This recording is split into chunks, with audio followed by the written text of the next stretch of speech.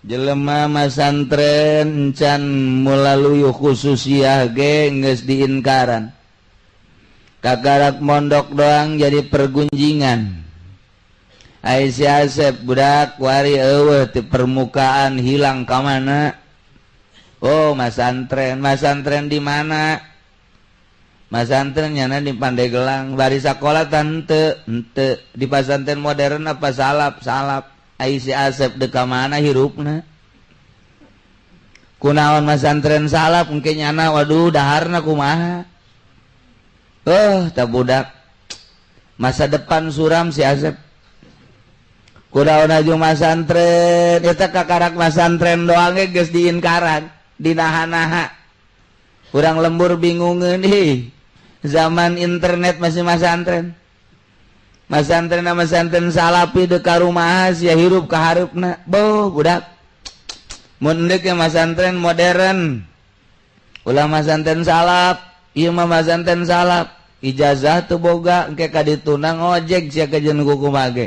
Mending mun aya motor namun eueuh. Ayo sia. Aduh, pergunjingan di kampung si Asep masantren. Eta kakarak masantren doang ge geus litun karo. Beladina si Asep kuat bae sanajan ku butur babaturanana we sia naon mondok we sia naon mondok wae terus diomongkeun tetep si Asep kuat. Kuari tambahan ngaranna Asep Junaid. Tambahan kekedeng deui mah Junaidil Baghdadi. Halo, si Asep hebat jasa ya. Kuari dihitung-hitung teh geus 10 tahun. Beuh luar biasa. Lamun muludan nyana protokolna nyana sambutan pribumi nyana kabeneran eueuh kori nyana. MZ teu datang jaga supaya nyana deui. Ngadua terakhir nyana deui diborong malam eta menang 5 berkat. Nyana kabeh geus mulai. Jaheut si Asepnya tetep bae masih keneh jadi pergunjingan. 15 tahun nyana masantren. Awewe arembungan. Keur mimiti masantren umur 15 tahun, kuari masantren geus 15 tahun, can rencana kawin cenah geus 30 tahun. Huis geus mulai aya. Tawaran kawin can moal wakah heula. Emang kunaon? Lah can hasil maksud cekeuna teh. Waduh. Jasia atuh sakitu mah geus bisa ge dibandingkeun jeung urang lembur, tapi jeung nu bisa mah aing teu bisa. Deuk naon tuh? Deuk riyadhah. Bener ya Tereh Junaidil ya. Ya Allah cekeuna ieu. Ka mana ka Gunung Karang? Wah jadi dukun ieu mah ieu. Mulai nyana kuari mangaheyeuk dina ilmu batin. Neangan guru nyana waduh teu kapanggih-panggih rek kebeneran aya. Terus ku nyana diolah zikir, terus bae datang ka tijahar, datang ka kopi, ulu mulai bajuna cumplang-campling, litun karo. Asep, aduh sia teh sebenarnya normal henteu sih hirup. Kunaon? Atuh kopea sia mah beuh budak geus beureum kitu sakumaha Ki Ahmad. Sep baju asana aing maneuleun sia ka mamana eta deui. Di imah eta ka masjid eta aju sia mah aya ondangan eta emang eueuh deui baju teh mah hayang ieu bae baju sendal sia mah sabelah lain cepit atuh jama kesupuh para rugus sia sih sabenerna kumaha sih pikiran sia kabeh jadi pergunjingan padahal nyana keur ya Allah nyana teh keur ngawarah batin nafsu. Terus jadi pergunjingan.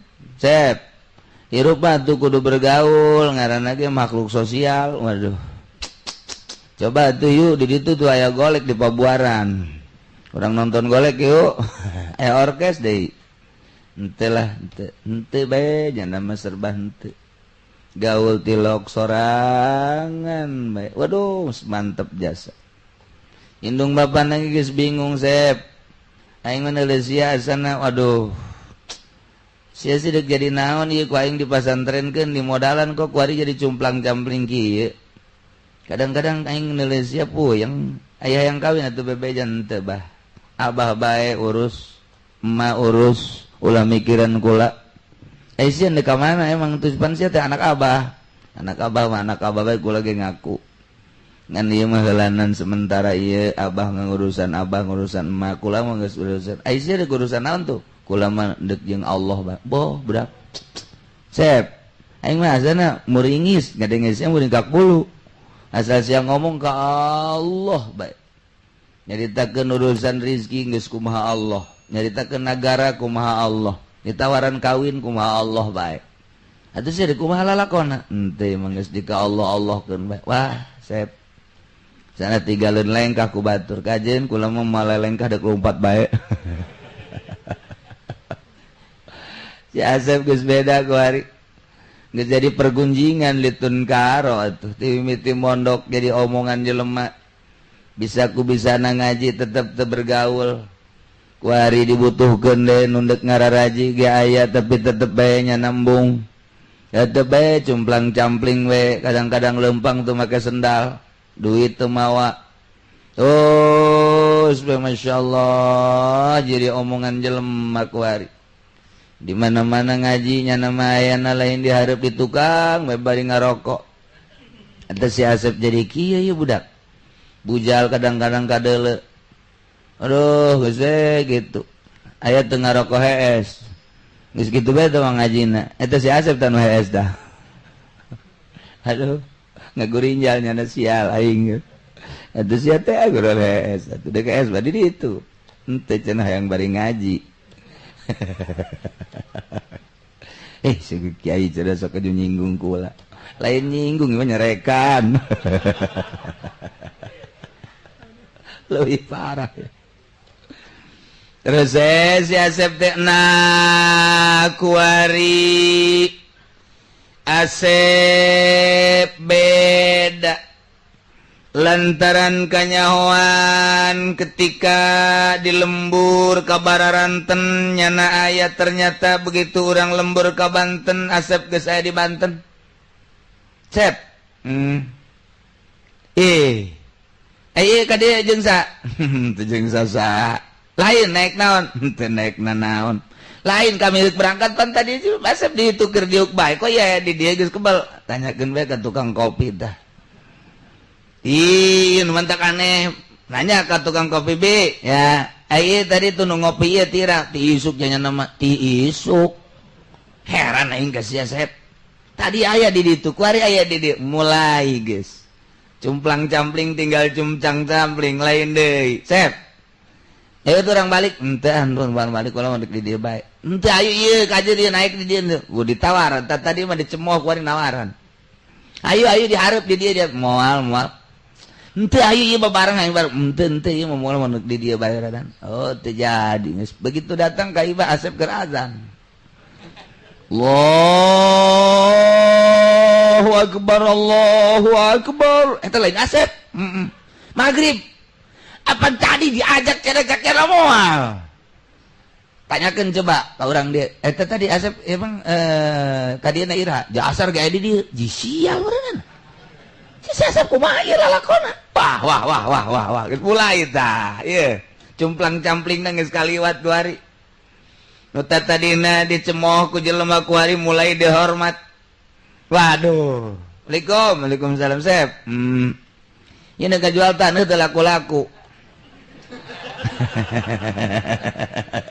mulai si Asep ya.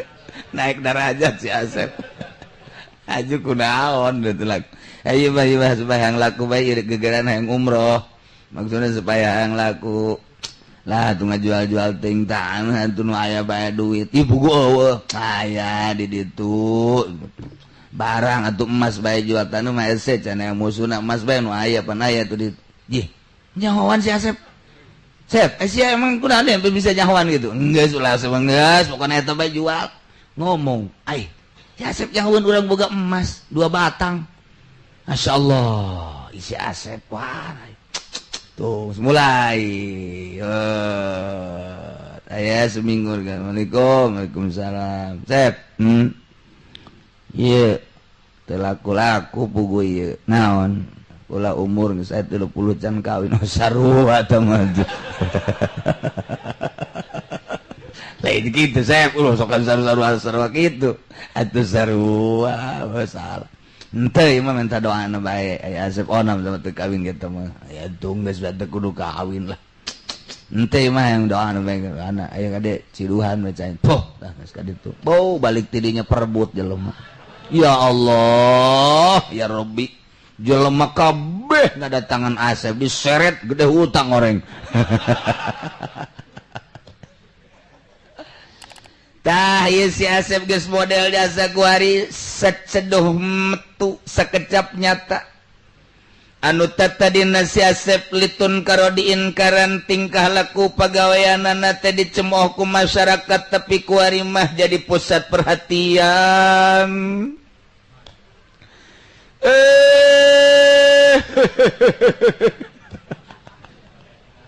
Ada bulan Rajab Malende ya.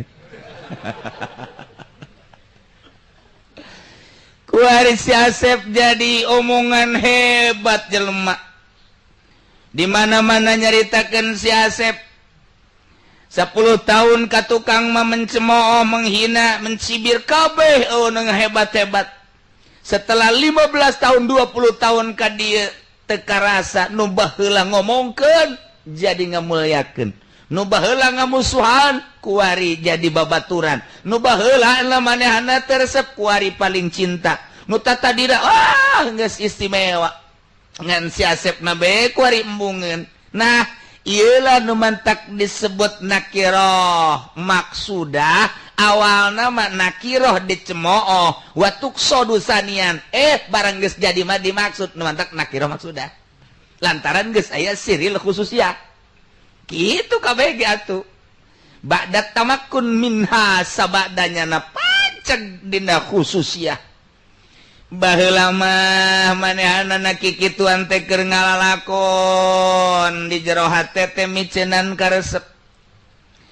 Nu mantek dipiceunan teh lantaran loba jelema katipu ku dunya ja dunya mah mataul gurur nu kamari di ditu imah nu dibagus-bagus ku ari mah geuninganan goreng bahkan geus eueuh dirindes make bulldozer etalah dunya. Nu belah ditu tatadina nyana ngabangun nu sakitu hebatna kuari mah geuninganan geus eueuh bangunan nu hebat teh jelemana duka ka mana etalah dunia. Kamari masih itu ngabereleng mobilna neuk make nu mamana ge aya bahkan dihitung teh hebat 12 13 na tapi kuari mah geus eueuh hiji-hiji acan bahkan jelemana ge kuari mah geus muriangan be etalah dunia. Nah kulantaran kos kitu maka si Asep teh micenan supaya ulah cinta dunia, cintana teh ka nu nyieun dunia bae. Geus melalui riyadhah, mujahadah terus kikituan bae ti leuweung ka leuweung, ti gunung ka gunung, ti kampung ka kampung teh nu dimaksudna mah ieu teh micenan karesep diri ulah resep kana dunia. Geus bisa kuari mah dunia teh geus eueuh sasieur-sieur acan dina hatena. Kuari mambung babarengan jeung makhluk lantaran makhluk mangan sakadar boga dua rupa mun teu nyacad ngalem. Eta teh jadi karugian ka urang ketika urang dicacat, ketika urang di alam urang berubah cilaka. Nu mantak manehanana teh micin karesep kana makhluk ulah ayat tengulak ta'aluk putulapat tali jeung makhluk. Hiji be ta'aluk teh jeung Allah. Kuari bageus bisa Asep teh nomor katilu nafsu. Lantaran nafsu mah kendaraan setan. Setan teh ku Gusti Allah diciptakeun jang haru biru. Jang ngaganggu manusia dibere urang teh nafsu dikendarai ku setan dipiceunan ku si Asep nafsuna sehingga nafsu teh anu digambarkeun anjing hideung ku ari mah eta anjing hideung teh bisa ditungtun nu tatadina mah anjing hideung nu nungtun urang ku ari mah ditungtun ku si Asep. Anjing teh bisa disingrah-singrahkeun etalah nafsu. Nomor kaopatna setan. Eta setan ge lantaran di dirina geus eueuh karesep dunia makhluk jeung nafsu geus teu aya hese jang nyelap setan teh. Bahkan setan teh ampuneun boro-boro nanaon model kasirina Umar bae setan mah ti jauh keneh bae setan geus lumpat sieun.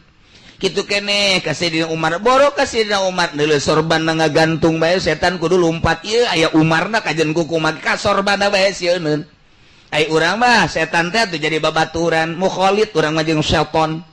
babarengan sa mobil rejeng, babarengan di DPR diuk, babarengan di MPR diuk, babarengan di pabrik diuk, bahkan dibisiki urang teh di pabrik ku setan teh, cek setan cokot eta sepatu lumayan 5 pasang ge kamun dijual jang tambahaneun ma'isyah boloon.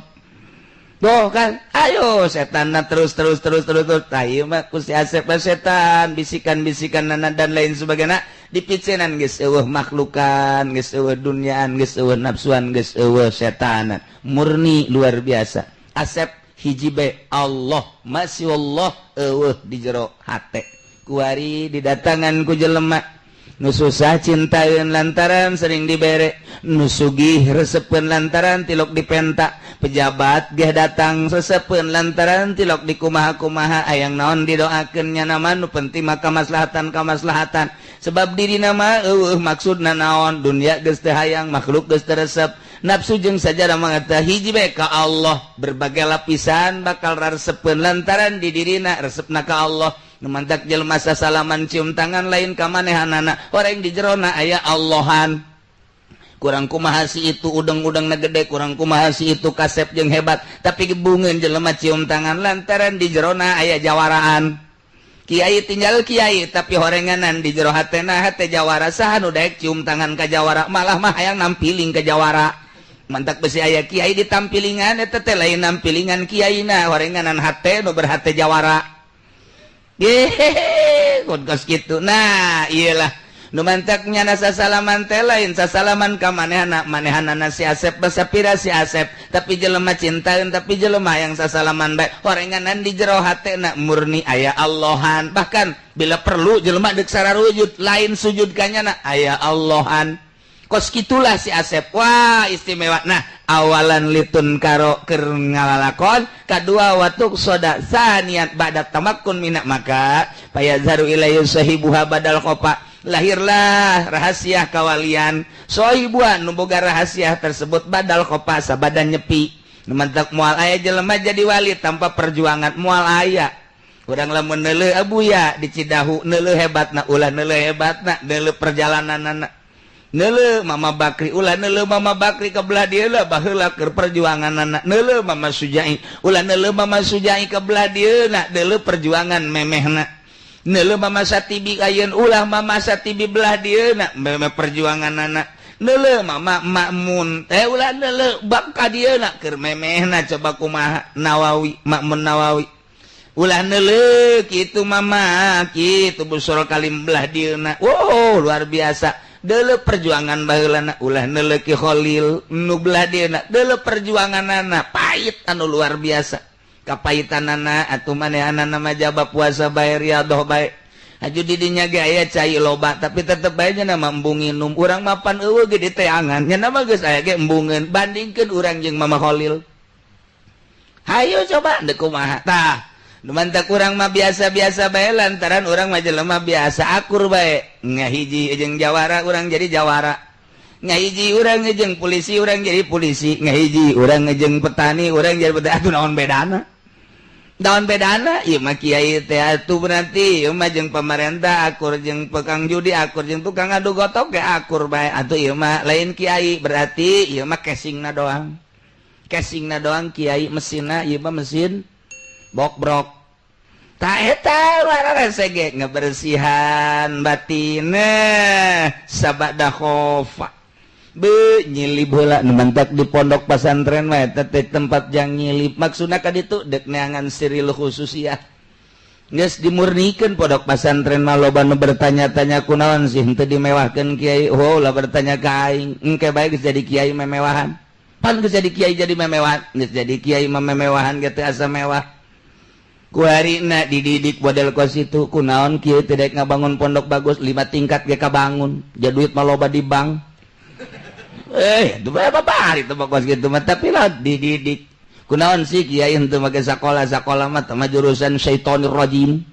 Kunaon teh dimodernkeun, modern ge teh jurusan jahannam. Ieu mah deuk dimurnikeun, ieu mah ulah berbau-bau dunia dimurnikeun ge sakieu ge murni dibau dina dimurnikeun ge bau dunia bae hese. Kunaon sih kiai teu narima awewe babari nyandung. nelpon eta pada sekolahan mah jeung awewe eta teh ngeunaheun nganjang resmi. Unggal poek si kiaina lain magaan ngaji neuleuh anu irungna mancung bae. Tuh kan? Itu cenah kiai mah ngadidik teh podol sero. Lah bohong. Bukti dah kadituna kiaina loba anu ajuna mah lah urang mun dicaritakeun mah di anu ngareuneuhan eta kiai. Lain kiai nu ngareuneuhan mah setan ngan nyana nginjem awak kiai belon teh kiai. Ka injem ku setan. Nah, dimurnikeun deuk dididik ieu teh budak teh lain sakadar ngaji supaya bisa maca kitab tapi mentalna supaya mental wali. Lain mental jawara, lain mental pemerintah. Lamun dididik di pondok pesantren modern mentalna geus mental dunia. Dididik di sakola geus puguh tambah duniana lagi dunia deui. Dididik di universitas lain teu pinter tapi mentalna jadi mental penjahat. Nu di DPR lain teu palinter mentalna mental penjahat. Nyada jadi Dracula nguyup jeung nyesep getih masyarakat, eak-eakan masyarakat. Lain teu pinter tapi mentalna. Nah iyalah di pondok pesantren dididik mantak lamun kiai nah hayang boga bangunan bagus pondokna kiai teh teu bagus lantaran berarti teu ngadidik ka santrina kajen kiai nama gedong ge belon teh kiainya nya nah hebatan aya santri teu meunang atuh geus jadi kiai jiganan teu meunang Tuan Abdul Qadir geus jadi wali mah nya daharna jeung bakakak ai murid mah sabodo teu meunang jeung bakakak anjing tembak ge ulah. Wah, ieu mah Abdul Qadir kajajaden masalah mah. Tah ieu keur carita. Ai geus bisa mah naik mobil mewah teh asa naik mobil mewah akur bae jeung naik mobil goreng mun masih kede beda ulah. Make baju bagus jeung make baju goreng akur bae pada sapira nutupan aurat mun masih kene beda ulah.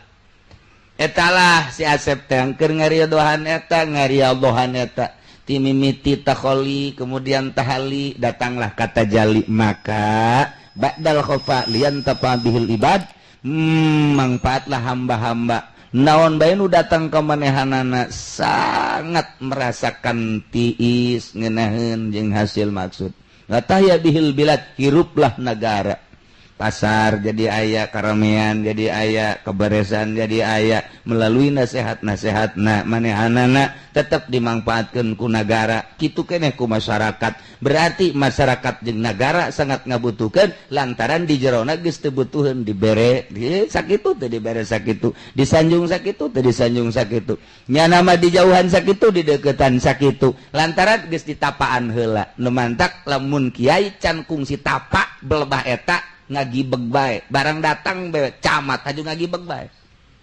kakarak camat doang ngagibeg bah tuh kamu bupati bah datang ngusruk tuh bah camat bae datang ngagibeg atuh bupati bang ngusruk lamun datang bangsa gubernur eta mah lain ngusruk bapana ngusruk naon naon bah ya basa luhureun ngusruk naon ringsak teh mah geus gepeng ringsak bae geus tuh batak loba kieu ringsak. Nah, eta terdiri dia atuh datang bae sebot. Jadi nama urusannya, urusan orang mengaji bae, nama urusan dunia, nutup para ruguh nyikut lain urusan Al-Qur'an orang mengurusan Al-Qur'an toja iya orang jeung nyana. Atuh datang bae orang mah menghormati kemanusiaan anak. Adapun tujuan-tujuannya atuh masing-masing bae nyana-nyana urang-urang tabun kiai geus kos kitu kakarak